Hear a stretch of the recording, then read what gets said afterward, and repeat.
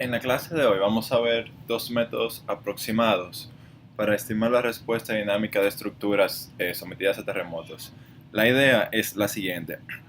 El principal tipo de análisis, o el análisis más avanzado, digamos, es un análisis tiempo-historia, como por ejemplo el que hicieron para calcular los espectros, en el cual, pero la versión para múltiples grados de libertad, en el cual se somete un modelo estructural a un registro de un terremoto. El problema es que generalmente, a menos que se quiera hacer un análisis tiempo-historia, como un análisis modal o un análisis paso a paso, que vamos a discutir brevemente más adelante, generalmente se tiene es un espectro de diseño. Entonces, por esta razón, se utiliza un método aproximado que se conoce como el análisis modal espectral, que vamos a discutir brevemente. Los fundamentos principales del análisis modal espectral los vimos en dinámica estructural, por eso no lo vamos a cubrir con mucho detalle, sino que vamos a mencionar los resultados más importantes que necesitamos. Si quieren ver más detalles sobre el análisis modal y el análisis modal espectral, van a tener que referirse a las clases 8 y 9 para la parte del análisis modal y la clase 10 para el análisis modal espectral de dinámica estructural. Y los que no la tomaron conmigo, yo les envié el enlace del video de la clase. Se lo puedo enviar de nuevo si lo necesitan. En dinámica, vimos que los modos y las frecuencias de vibración, que llamamos phi n y omega n, satisfacen lo que se conoce como un problema de valores propios. Este problema de valores propios está dado por esta expresión. Vimos también que los modos forman una base del espacio vectorial que describe la configuración de la estructura en cualquier tiempo. En otras palabras, en cualquier tiempo fijo, el vector de desplazamiento que describe la posición de todos los grados de libertad se puede expresar como una combinación lineal de los modos y una amplitud modal, un escalar, que se obtiene resolviendo esta ecuación para cada j, donde es una ecuación de un sistema de un grado de libertad. En otra palabra, esa es la letra griega eta. Esa ecuación describe eta j como función del tiempo, donde x2 puntos sub g es el movimiento de la base, o el registro de la base. Este producto vimos en dinámica, el producto del modo j transpuesta por la masa por el vector de influencia se conoce como el factor de participación modal. De nuevo, si quieren ver más detalles, refiérense a la clase de dinámica. Vimos que los factores de participación modal, esos factores, obedecen la siguiente propiedad, que la suma del cuadrado de esos factores es igual a la masa total. En otras palabras, si normalizamos esos factores dividiendo entre la masa total de la estructura en cada lado de esta ecuación, lo que vemos es que la suma de estos factores alfa j, eso debe ser alfa j, no alfa j al cuadrado, la suma de esos factores alfa j es igual a 1. Esos factores, que se conocen como la razón de participación modal, lo que hacen es que definen la importancia del modo j a la respuesta total de la estructura. Sirve principalmente para truncar el número de modos en el análisis. En otras palabras, si usted tiene un modelo que tiene 300.000 grados de libertad, por ejemplo, ese modelo tiene 300.000 modos de vibración. Entonces, el problema es que requiere mucho tiempo encontrar todos esos modos de manera numérica. O sea, la computadora usa método numérico para encontrar los modos. Requiere mucho tiempo. Y segundo, si usted quiere hacer un análisis tiempo-historia modal, eso también requiere mucho tiempo si se tiene un número muy grande de modos. Entonces lo que se hace es que se trunca el número de modos y solo se usan los modos que tienen mayor participación en la respuesta. Eso también lo comentamos en dinámica. Una vez encontrada la respuesta usando el análisis modal, en otras palabras, si a ustedes le dan un registro de un terremoto y usted quiere encontrar la respuesta en el tiempo del modelo estructural, lo que usted hace es lo siguiente. Primero, usted encuentra todas las frecuencias y los modos de vibración. Luego usted resuelve esta ecuación para cada j, o sea, para cada grado de libertad. Eso es una ecuación simplemente de un grado de libertad, o sea, que la solución es una ecuación de la vibración de un sistema de un grado de libertad, o sea, que la solución está dada por la integral de Duhamel. O sea, que se tiene incluso en forma cerrada. Después que usted encuentra esa variable eta, entonces simplemente la respuesta está dada por la combinación lineal de los modos y la respuesta modal. Entonces, de esa forma usted encuentra la respuesta estructural en cada tiempo t dado un registro de aceleración de movimiento de la base. Una vez usted ya encontró el movimiento u, mencionábamos que si usted quiere encontrar las demandas, o sea, por ejemplo, el momento interno en una columna, fuerza cortante, usted lo que tiene que hacer es que en un tiempo dado, por ejemplo, en un tiempo t, las fuerzas que generan el desplazamiento U de t están dadas por simplemente la matriz de rigidez por ese vector de desplazamiento. Obviamente todo esto es en caso lineal. Esa F es la fuerza de restitución elástica. O sea, en otra palabra, si usted aplica esas fuerzas F que están dadas por K por U, esas fuerzas van a generar el desplazamiento U en la estructura. Eso es simplemente análisis estructural. Entonces, para encontrar las demandas, lo que se hace es que para cada tiempo dado, usted aplica F de t como una fuerza externa aplicada en los grados de libertad y usted encuentra las demandas para ese instante de tiempo. Entonces, de esa manera usted puede encontrar, por ejemplo, el historial del momento interno en una columna o el historial del cortante basal, por ejemplo. Para cada instante de tiempo, usted aplica esas fuerzas como una fuerza estática y aplica análisis estructural. De nuevo, eso es dinámica. Basado en la combinación modal, dijimos que U se puede escribir como una combinación lineal de los modos y la respuesta modal. En otras palabras, cada modo contribuye a la fuerza total. O sea, el desplazamiento está dado por una suma modal y donde UJ es ese producto, que es la contribución del modo J al desplazamiento U. Si movemos la matriz de rigidez adentro de la sumatoria, nos queda esto, K por phi igual a NJ, pero sabemos que K phi, de acuerdo a la definición de esta ecuación de aquí, de acuerdo al problema característico, K por phi es igual a omega al cuadrado m phi, donde omega es la frecuencia de vibración, que le llamamos lambda a veces, a esa cantidad. Ese componente es la contribución del modo J a la fuerza de restitución. En otras palabras, la fuerza de restitución que usted aplica para calcular las demandas está dada por una sumatoria de fuerzas de contribuciones, de fuerzas de restitución debido a cada modo. El análisis que yo describí hasta ahora es el análisis tiempo-historia modal. O sea, en otra palabra, usted tiene un registro y para ese registro usted puede encontrar el desplazamiento y las demandas en cada instante de tiempo. O sea, usted lo que va a tener es, así como usted tiene un historial de desplazamiento, usted va a tener un historial de momento flector, de fuerza cortante, de cortante basal, de todas las demandas. El problema es, como yo mencionaba anteriormente, ese análisis requiere mucho tiempo si usted tiene un modelo grande y si usted tiene muchos registros de terremotos. Entonces, para estructuras convencionales se desarrolla un método aproximado para estimar las demandas máximas. Acuérdense que de nuevo, de acuerdo a lo que mencionamos en dinámica, lo que buscamos es que es el instante en que ocurre el momento flector máximo, los desplazamientos máximos, etc. O sea, todas las demandas máximas. El análisis modal espectral es un análisis aproximado que lo que nos permite es estimar esos máximos de estructuras irregulares convencionales, o sea, le llamamos convencionales debido a que no son de importancia crítica y que tienen amortiguamiento clásico. ¿Por qué? Porque se basa en análisis modal, en otras palabras, que la matriz de amortiguamiento es diagonalizable, o sea, que tiene que ser amortiguamiento clásico.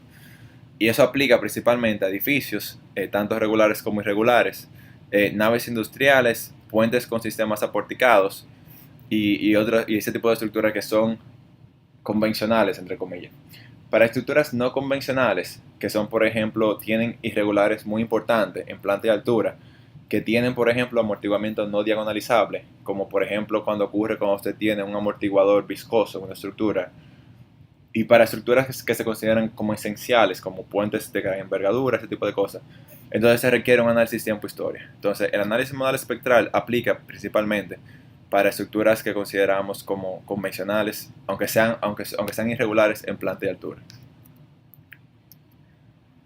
La idea, y de nuevo, lo vimos con más detalle en la clase 10, o sea que si quieren profundizar sobre el porqué de algunas de esas ecuaciones, tienen que revisar esa clase, pero la idea es la siguiente. Vamos a estimar el máximo de la contribución de cada modo de manera individual y después se combinan las contribuciones para estimar la demanda máxima. En otra palabra, lo que vamos a hacer es que vamos a estimar el máximo de cada uno de estos componentes que contribuyen a la fuerza de restitución. La razón por la que hay dos razones por las cuales el procedimiento que vamos a usar es aproximado. Y son las siguientes. Primero, esos máximos generalmente no ocurren en el mismo instante de tiempo. O sea, las respuestas modales de los diferentes modos puede ser que no ocurran en el mismo instante de tiempo. Entonces, basado en que vamos a calcular o estimar el máximo de cada una de esas fuerzas de restitución para cada modo, eso lo podemos hacer de la siguiente manera. FJ, o sea, la fuerza de restitución del modo J está definido por esta ecuación. Entonces, el máximo en el tiempo de esa contribución va a ocurrir cuando esa respuesta modal sea máxima. ¿Por qué? Porque esa es la frecuencia angular del modo J, la matriz de masa, modo J. Entonces, el máximo en el tiempo de la contribución del modo J va a ocurrir cuando esa cantidad sea máxima. Esa es la respuesta modal. Pero ¿qué pasa? Lo que podemos hacer es lo siguiente. Podemos calcular ese máximo si ya tenemos un espectro de desplazamiento, por ejemplo, un espectro de pseudoaceleración para una serie de registros dados, o sea, en este caso es un espectro de diseño. Lo que podemos hacer es estimar el máximo de esa respuesta como el factor de participación modal por el desplazamiento espectral. ¿Por qué? Porque el desplazamiento espectral, por definición, es el máximo desplazamiento para ese registro. Entonces, el máximo de la respuesta modal está dado por el factor de participación modal, que está aquí, por el espectro de ese registro. La razón es porque el sistema es lineal. O sea, la respuesta debido al producto de gamma j por ese registro es simplemente gamma j por la respuesta del registro. Entonces, basado en eso, ese máximo, la fuerza de restitución del modo j máximo está dada por omega j al cuadrado, matriz de masa, en modo j. Entonces, eso va multiplicado por este factor de amplificación modal y desplazamiento espectral. ¿Qué pasa? El desplazamiento espectral es la relación entre la pseudoaceleración espectral entre el cuadrado de la frecuencia angular. O sea que si sustituimos aquí pseudoaceleración espectral entre frecuencia angular al cuadrado, la frecuencia angular se cancelan y lo que nos queda es el factor de contribución modal, la matriz de masa, modo J y la pseudoaceleración espectral. Este es el máximo en valor absoluto de la contribución del modo J a la fuerza de restitución. Digo en valor absoluto porque el máximo de la respuesta modal puede ser un número positivo o negativo. Pero ¿qué pasa? El desplazamiento espectral, por definición, acuérdense que es el máximo en valor absoluto del desplazamiento. O sea que el signo de la respuesta modal se pierde cuando estamos usando el espectro, porque el espectro solamente tiene valores positivos. O sea, en el espectro nos olvidamos del signo. Si queremos calcular las demandas, por ejemplo, como un momento flector o una fuerza cortante, entonces lo que se hace es, como mencionamos anteriormente, es que se aplica la fuerza de restitución elástica, F de T, como una fuerza estática. Pero ¿qué pasa? F de T se puede escribir como la suma de contribuciones modales, como hablábamos anteriormente. O sea que la demanda, por ejemplo, en una demanda dada, como por ejemplo un momento flector, es una función de esa fuerza de restitución en ese instante de tiempo. Que eso es igual, debido a que f de t es la suma de las contribuciones modales, eso es g, donde g es una función que esencialmente lo que hace es que te da esa demanda cuando tú le aplicas la fuerza de restitución. Otra palabra, g viene de análisis estructural. Entonces yo le digo, por ejemplo, calculen el cortante basal, g es simplemente la suma de todos los componentes de f, donde f es la fuerza aplicada de manera lateral. Esa función es generalmente una función lineal y por esa razón, entonces G puede entrar dentro de la suma. O sea, G de esa suma es la suma de G de f de t. G de fj de t es la contribución del modo J a la demanda R. En otras palabras, si usted quiere calcular un momento flector, por ejemplo, ese momento flector va a tener una contribución de cada modo. ¿Cómo yo encuentro la contribución de cada modo? Bueno, yo encuentro la respuesta modal de cada modo y encuentro la contribución de ese modo aplicando las fuerzas de restitución solo para ese modo. Entonces, de esa manera, yo puedo escribir la demanda como una superposición de las demandas debido a cada modo. Ahora, ¿qué pasa? Lo que nos interesa para fines de diseño es estimar el máximo de la demanda. Por ejemplo, si yo quiero calcular el momento flector, yo no necesariamente necesito el historial completo del momento flector, yo necesito el máximo del momento flector. Entonces, lo que hacemos es, lo que vamos a hacer en el análisis modal espectral es utilizar el máximo de la fuerza de restitución de cada modo para estimar el máximo de la demanda. Entonces el procedimiento es el siguiente. De nuevo, para más detalle pueden ver la clase 10 de dinámica estructural. Primero se calculan las frecuencias y los modos normalizados con respecto a la masa. Calculamos el espectro de diseño. Con el espectro de diseño podemos calcular la contribución modal máxima para cada modo, utilizando esta ecuación.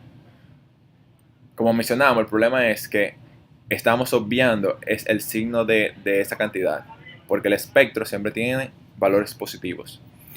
Después se calculan las demandas para cada fuerza de restitución. O sea, en otras palabras, simplemente aplicamos las fuerzas de restitución de cada modo como una fuerza estática, o sea, de manera separada. O sea, vamos a hacer n análisis estructurales, donde n es el número de modos, en cada análisis estructural aplicamos esa fuerza de cada modo de manera estática y calculamos la demanda máxima para cada modo.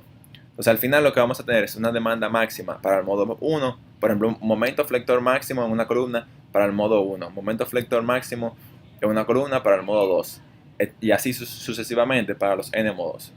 Lo que nos va a faltar entonces es combinar esas demandas máximas para estimar el máximo de esa demanda. O sea, combinar las demandas máximas de cada modo para obtener un estimado de la demanda máxima total debido a la combinación.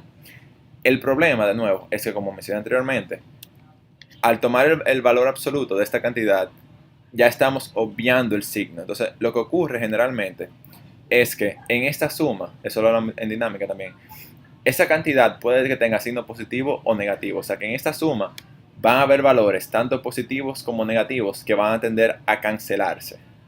Entonces, por esa razón, ese número, el signo de ese número generalmente es importante. Pero como estamos usando un espectro, entonces el signo se pierde porque el valor siempre es positivo.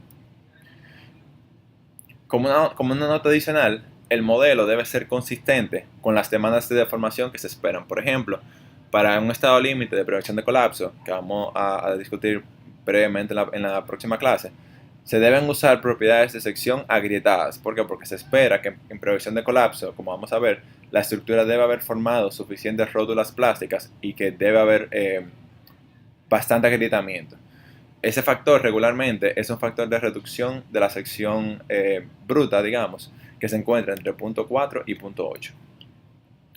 Entonces, la última parte que nos faltaba de dinámica estructural era cómo combinar las respuestas modales máximas para estimar la demanda máxima total.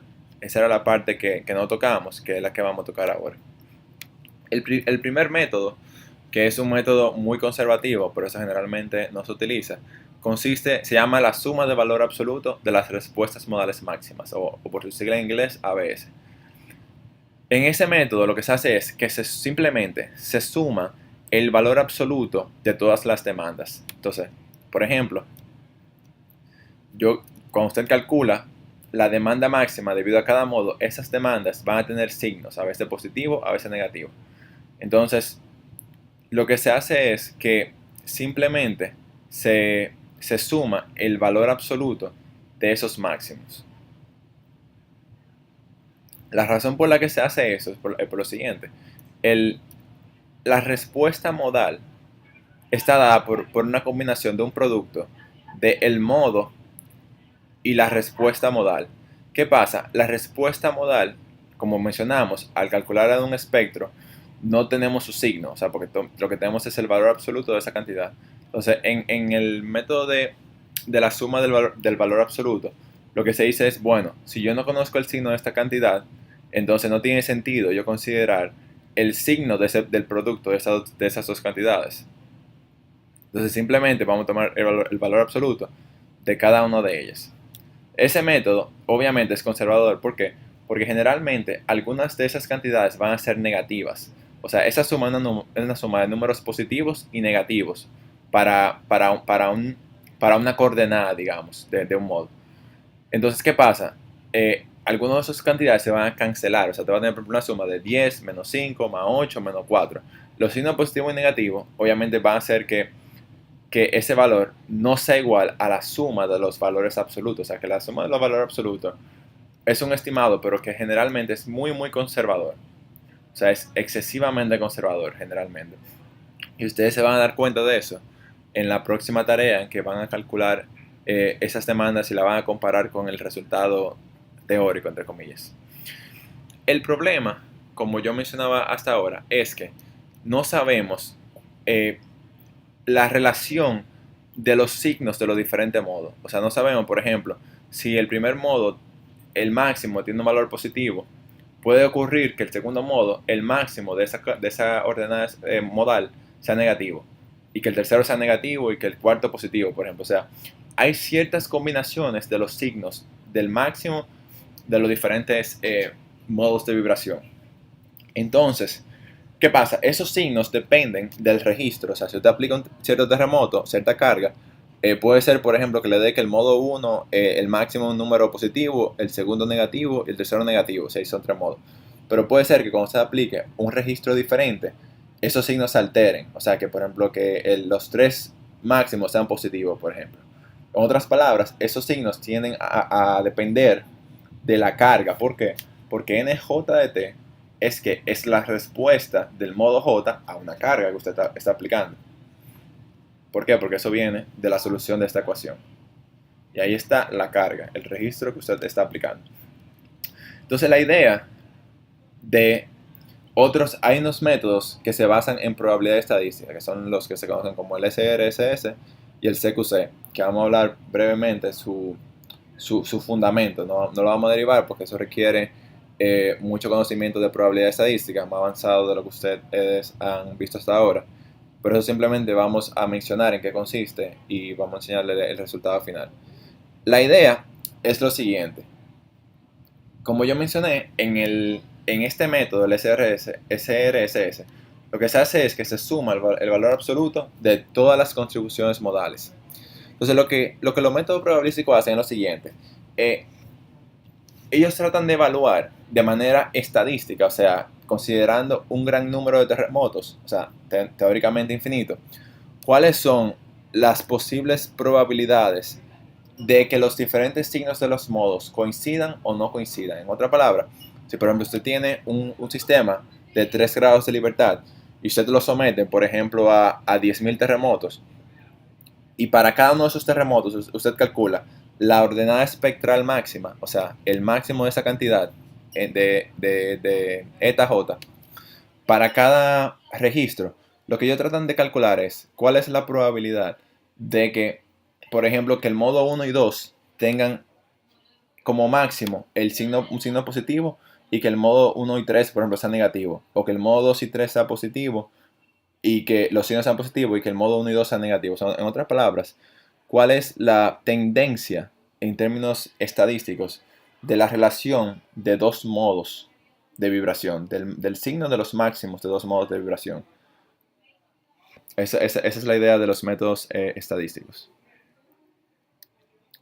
Entonces, el primero de ellos es el CQC. Lo voy a explicar primero porque el segundo, el SRSS, es un caso particular del CQC.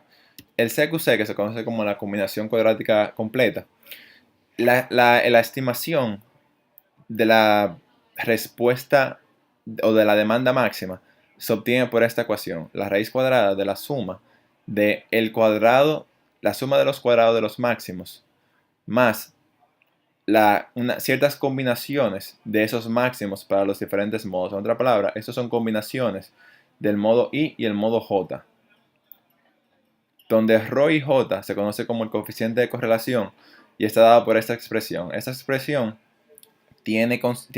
contiene o depende del amortiguamiento modal, o sea, la razón de amortiguamiento del modo I y del modo J, y de la relación de las frecuencias de vibración de esos dos modos. Ese coeficiente, lo que toma en consideración es lo siguiente, es que qué tan probable es que los modos I y J alcancen el máximo al mismo tiempo. O sea, qué tan probable es que, por ejemplo, que si el signo del modo J es positivo en el máximo, qué tan probable es que el signo del modo I también sea positivo.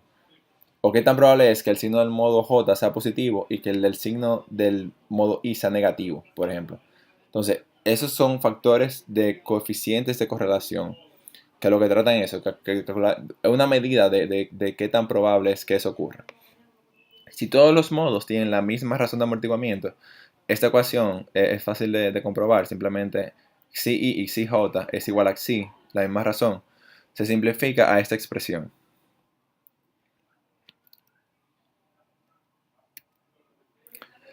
El último método, como mencioné, es una simplificación de este método CQC.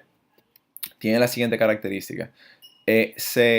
No se considera ese término que se encuentra ahí. En otra palabra, no se considera la correlación modal. O sea, esos Rho y J se asumen como cero. En otras palabras, se está asumiendo que todos los modos no están correlacionados o que no existe una tendencia significativa en ninguna dirección de los dos tener el máximo como positivo o que los dos tengan signo contrario. O sea, estadísticamente hablando, se dice que no tienen correlación o que son independientes si la función de probabilidad que describe los modos es normal o gaussiana. Esa aproximación tiende o a subestimar o sobreestimar la demanda máxima. Eso depende del problema. Como mencioné, es un caso especial del CQC donde se obvian las correlaciones modales, o lo que es lo mismo, las recurrencias estadísticas de modos con el mismo signo o en el mismo instante, en el momento en el que el máximo ocurre. Este método da buenos resultados si no hay modos con frecuencias similares, o lo que se conocen como modos con frecuencias bien separadas. En este caso, o sea, si las frecuencias están bien separadas, el CQC se reduce al SRS porque lo que ocurre es que ese factor tiende a ser mucho menor que este factor. O sea, cuando las frecuencias están bien separadas, lo que ocurre es que esta cantidad es mucho mayor que esta cantidad. O sea, que en la suma usted puede cancelar ese término. Si las frecuencias no están separadas, o sea, si usted tiene, por ejemplo, dos modos en que las frecuencias son similares, eso ocurre mucho cuando usted tiene, por ejemplo, edificios muy flexibles o, por ejemplo, modos torsionales. Puede ser, por ejemplo, que un modo torsional tenga la misma frecuencia de vibración que un modo longitudinal, por ejemplo. Entonces, si hay modos así que son similares, entonces el método anterior no tiende a dar los mismos resultados que el método que enseño ahora. Para amortiguamientos pequeños, o sea, con razón de amortiguamiento menor de 1%, el CQC se reduce también al SRSS. Porque lo que ocurre es que si el amortiguamiento es pequeño, esta cantidad, cuando usted la eleva al cuadrado, le da aproximadamente 0. O sea, que esos coeficientes de correlación dan aproximadamente 0. En la próxima tarea, ustedes lo que van a hacer es lo siguiente. Ustedes van a calcular las demandas debido a un registro que ustedes van a aplicar. Van a calcular la demanda teórica máxima, o sea, de calcular la demanda en función del tiempo. Y después van a comparar el resultado de estimar la misma demanda utilizando tanto este método, el SRSS, como el CQC, como el ABS. Entonces eso le va a dar le va a ayudar a tener un mejor conocimiento de cuando algunos métodos funcionan mejor que el otro. Generalmente se utiliza el CQC, porque como le mencioné, el SRS es simplemente un caso específico del CQC. Entonces, como ya el CQC está disponible en la mayoría de los software de diseño, simplemente se utiliza el CQC. el próximo método que vamos a discutir tiene que ver, se conoce como el método de fuerza lateral equivalente o el método cuasi-estático. Es un método aproximado, igual que hablamos que el análisis modal espectral es aproximado, porque no se está calculando la demanda en todo el tiempo, sino que solamente en el tiempo máximo. El método de la fuerza lateral equivalente es una simplificación del análisis modal espectral, o sea, una simplificación del método simplificado, digamos. Solamente aplica para edificios simples, sin excentricidades, de baja altura generalmente. Se pueden analizar las dos direcciones ortogonales de manera independiente, porque no hay acoplamiento modal en ese caso. La idea es lo siguiente. Como mencionamos anteriormente, la fuerza de restitución está dada por una suma de la fuerza de restitución de cada modo, donde el máximo de la fuerza de restitución del modo J se estima utilizando esta ecuación. Entonces lo que se hace es que se obvian todos los términos en esta suma excepto a uno. Y ese es el método de la fuerza lateral equivalente. En general, el primer modo, que es el modo con mayor periodo de vibración, es el que tiene mayor participación y por esta razón es el modo que se utiliza en el método. En otra palabra, de esta suma se calcula F1, o sea, la contribución del modo 1 a la fuerza de restitución total, y se obvian los demás términos en la suma. Para estructuras regulares convencionales, el primer modo generalmente se puede aproximar como una función lineal de la altura. Eso lo vamos a mencionar brevemente en el próximo slide. Y para estructuras con periodos largos, o sea, con mayor de un segundo, tienden a tener participación importante de los demás modos. O sea, en otra palabra, no se puede utilizar este método porque hay que tomar en cuenta la relación entre los diferentes modos. Si usted utiliza solamente un término de esta suma, entonces lo que se hace es que se aproxima f de t como fjt, donde fj es uno de los términos de esa suma. Como mencioné, generalmente corresponde al primer modo de vibración. Entonces, el cortante basal máximo en este caso, acuérdense que F es una fuerza de restitución lateral, o sea, son fuerzas aplicadas lateralmente en los grados de libertad. O sea que el cortante basal es simplemente la suma de todas las entradas de esa fuerza. Si yo debía haber puesto un grafiquito aquí para enseñarle, para que lo vean un poco mejor. Pero FF es un vector de fuerzas laterales aplicadas en los grados de libertad. O sea que el cortante basal, por equilibrio, es simplemente la suma de todas esas entradas. Cuando le envíe la diapositiva, voy a agregar un gráfico para que se vea un poco más claro. Utilizando la definición de FJ máximo, o sea, la fuerza, contribución del modo J a la fuerza de restitución máximo, entonces se puede escribir esa expresión de la siguiente manera. Gamma J, que es el factor de participación modal, por la pseudoaceleración espectral, por la suma del producto de las masas por las entradas del modo J, donde se está asumiendo que la matriz M es diagonal. O sea, el producto de esa matriz diagonal por el modo phi, ese es el producto de una matriz por un vector. Entonces lo que estamos haciendo es sumando todas las entradas de ese vector en esta sumatoria.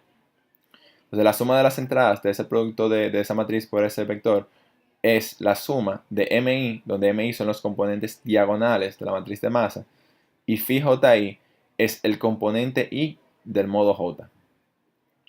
Pero ¿qué pasa? Por la definición del factor de participación modal, gamma J, esa suma es igual a gamma J. ¿Por qué? Porque gamma J lo definimos como el producto vamos a buscarlo aquí para que lo tenga un poco más claro.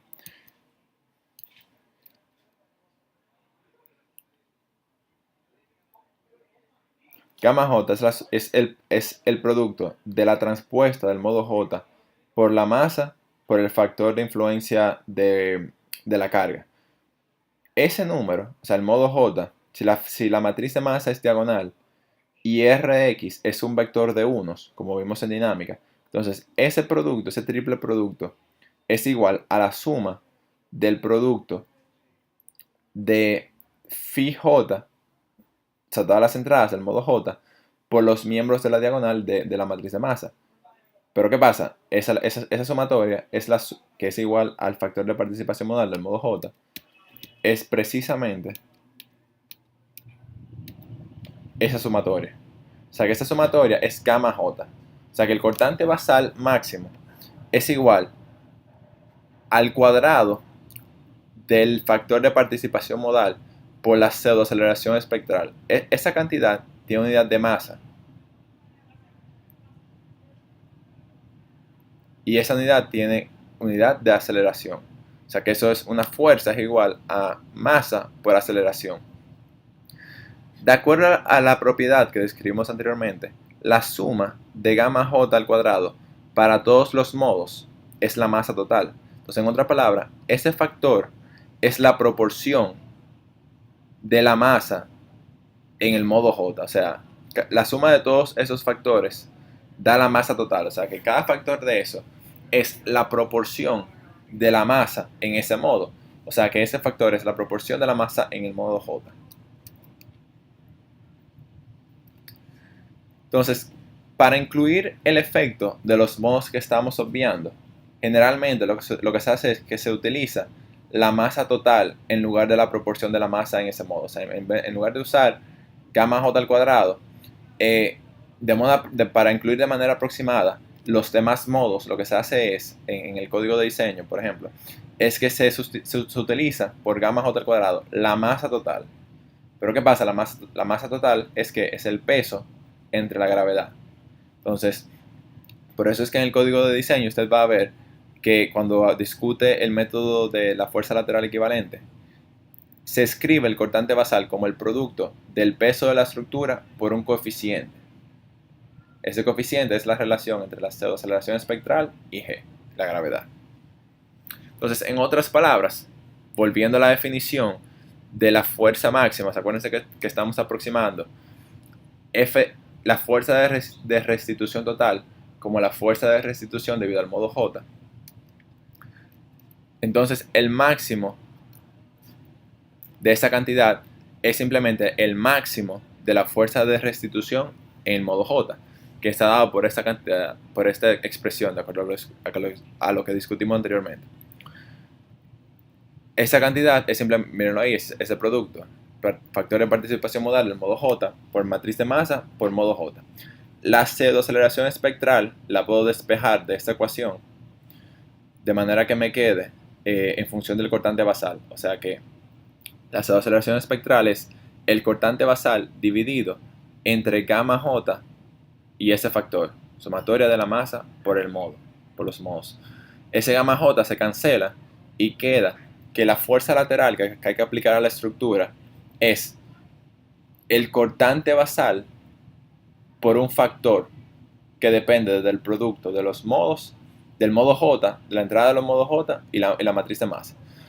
Lo que se hace generalmente en el código es que se asume que el modo es una línea recta. O sea, en otras palabras, que la amplitud del modo, por ejemplo, el primer modo de vibración, varía linealmente con la altura, donde A es simplemente una constante. Esa constante, como usted va a ver más adelante, se cancela.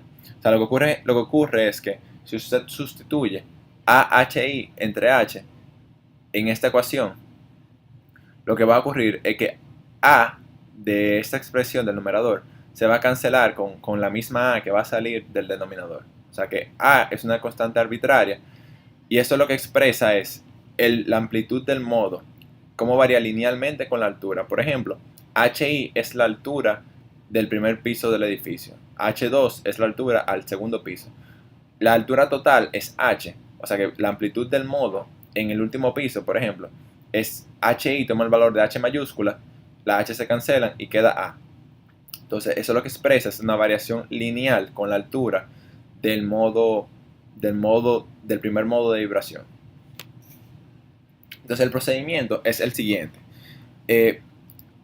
Se calcula primero el cortante basal máximo.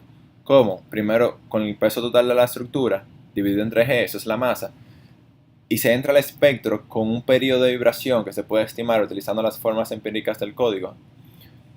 Se calcula ese factor, el cortante basal máximo, se sustituye esa expresión aquí y de aquí se aplica la fuerza de restitución máxima como una fuerza lateral y se hace análisis estructural. Entonces, en otras palabras, eso es simplemente el mismo análisis modal espectral, pero solamente estamos considerando la contribución del primer modo de vibración. Como le mencioné, el modo de vibración se escribe como una constante arbitraria A por HI entre H. A, como le mencioné, se cancela de esta expresión. O sea que simplemente lo que se puede hacer es tomar a igual a 1. O sea, te toma A igual a 1. De manera que lo que usted te está diciendo es que el modo toma un valor de 1 en el techo. O sea, en el piso más alto. Entonces ese es el método de la fuerza lateral equivalente.